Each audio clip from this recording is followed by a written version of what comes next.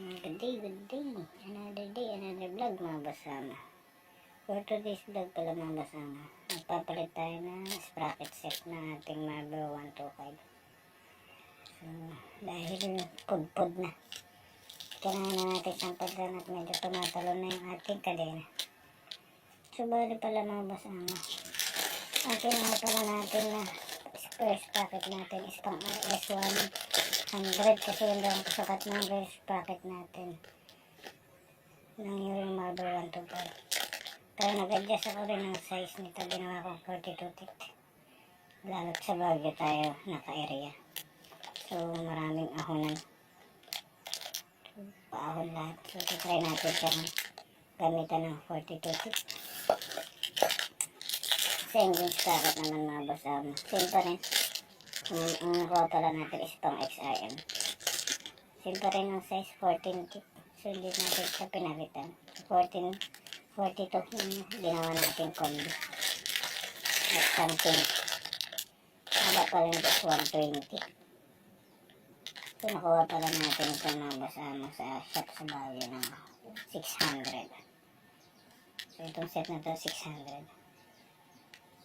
So kailangan lang natin ng 17-14 para dun sa bolt, dun sa nagot natin. Para sa engine cover 8mm.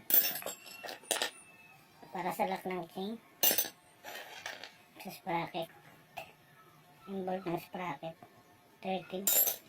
Saka clutch ko, sa sprocket din to.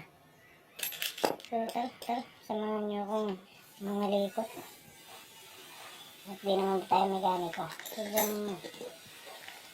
tayo lang din natin yung mga minimal na kaya natin gawin sa ating Marlboro 125 para hindi na natin siya gawin sa shop. So ito pala yung ating Marlboro 125. Papalitan natin sprocket set sa chain. Ayan, kung papansin nyo nakalapit ng tumalan. So tara, simulan na natin baklasin. At nang matapos na, samahan niyo ako.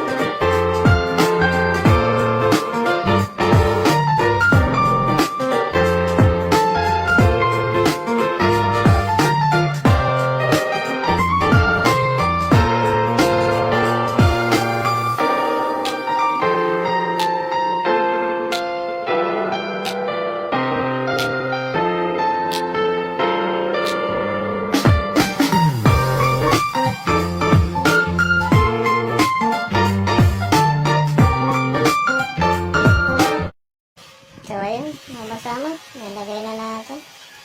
Nilapad lang tayo dito sa ating kadena at medyo mahaba, kaya nag-cut tayo.